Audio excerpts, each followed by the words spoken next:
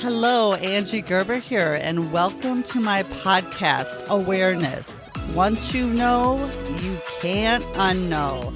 A place you can come to start thinking and shifting your thoughts to finally create the results you truly, truly desire. It'll shift your mindset and give you strategies to get out there and get it done. Let's get started. So, this episode, I want to talk about grace and giving yourself some grace. I know I was talking with a group of women. It was great room, great energy, and we were having a really fun discussion. And one of the other women, who's also a mom, she said something along the lines is like, "Oh, I lost my Mom of the Year award." And I'm like, "Oh, honey, I gave mine away last February." And everyone just started laughing. And I'm like, and they're like, "Where'd you give it to? Goodwill?" I'm like, "Hey, wherever it went, I'm not going to hold myself to this standard that so many of us hold ourselves to." And it's fun to joke around about, and it's fun to give yourself some grace as long as you're doing it with the right energy and you're not doing it to put yourself down, or make yourself feel bad. If you're doing it to laugh at yourself, not, and with yourself, that's one thing. So yeah, what are you doing to give yourself grace? Because I know I did kind of give up my Mom of the Year award because I know that I do the very best I can with the tools, the information, the resources, and where I'm at right now in this moment in my life. And I'm getting 1% better every day. So I'm going to be a better mom every day. And I don't need to feel bad or feel less than or feel like I failed when I fall short. And I think so many of us do that to ourselves, whether it's at work, whether we're volunteering, with our kids, with our significant other, wherever we show up, we're really probably, I can guarantee if you're anything like me, or most of the people that I coach, we are our worst own critic. I mean, we are hard enough on ourselves. We do not need anyone's help. We pretty much take care of that ourselves. So I want you to think about where you can give yourself a little bit more grace. And that is looking at the past. How much are you dwelling on yesterday, or what happened last weekend, or that one thing that I should have said this, or I wish I would have done that, or, oh, if only this would have happened, and staying in that energy, where you're regretful and you're coming from a place of lack, or maybe it's taken a hit with your worthiness because something happened. Well, I'm here to tell you once again, you cannot change the past, just like you cannot change what time you got up this morning. It is done. You cannot change it. So by dwelling on it, you're only putting yourself in this lower energy, and what you put out energetically, you get back. So it's very, very important, as much as you can, to let go of the past, because it's not going to serve you with the here and now in this moment. And this moment is all we have to create our future. The past, if you failed, which again, you only fail if you stop or don't start, the rest is feedback. So if you do need to take some feedback from some situation or something that happened, take the feedback and use it moving forward. But don't sit and stir and stew in the past, because that will only get you more of the same. That's where I work with a lot of clients with money paradigms and with looking and focusing on their debt. I said, if you're looking to get in debt or out of debt, you're saying debt, your subconscious is hearing debt, debt you will be. So stop saying and thinking debt. Set a debt repayment program and start thinking about prosperity and how can you prosper? Where is the next bit coming from? The next client, the next piece of business, whatever it may be for you. Start focusing on how to make it happen and come from your goal, not to your goal, and start making decisions that that person would make. And really, when something happens and you want to come down on yourself, or you get stripped of your Mom of the Year award, or whatever it is, give yourself some grace and get some perspective around the situation. And really, really think, in a week, in a month, in a half a year, in a year, is it really, really, really going to matter that I forgot to make those dozen cupcakes for the bake sale? Now I know you said you would, and your word means a lot, but give yourself some grace. Or what was it that you forgot? Or what was it that you didn't show up at your best? Or are you trying to be so disciplined? And maybe it's a health goal or a financial goal. Or you're trying to do date night once a week with your partner and stuff comes up and you just don't do what you intend and promise yourself to do.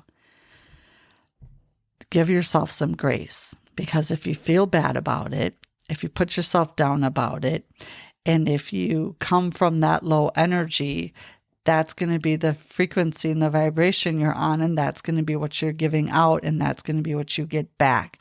So it's so very important to know that you're doing the best you can with the tools, the resources, the information you have. And think about this. If you were to be in a conversation with maybe your child, your spouse, your best friend, a family member, and they were telling you about where, they fell short, or they didn't do this, or this happened, or that happened, would you tell them, be like, oh gosh, well, that's kind of because you do this all the time, you're kind of stupid? And of course you didn't. Why would you have? No. You would give them grace, and you would tell them, quit being so hard on yourself. Look at all the things you do and you show up for, and this and that. And you would try to pump them up and lift them up and let them see the bigger perspective and picture. But we don't do that with ourselves. We would rather beat ourselves into the ground before we'd give ourselves any grace. So talk to yourself like you would talk to your best friend, or talk to someone that really needed you to help them get a different view of the situation and get them out of this, bottom feeder energy and lift them up. How would that look if you actually did that to yourself? Take it one step forward and look in the mirror and have that conversation with yourself. At first, man, mirror exercise, it's really uncomfortable. I'm not going to lie. And there's beauty in doing it, because your eyes are the gateway to your soul and to your subconscious. So if you can get in there quicker by doing mirror work exercise, it's a game changer. And start talking to yourself like you would someone that you are mentoring, or that you are raising, or that needs you to lift them up. And start talking to yourself like that. What I am statements can you say that are the polar opposite of maybe how you're feeling when you're really getting down on yourself?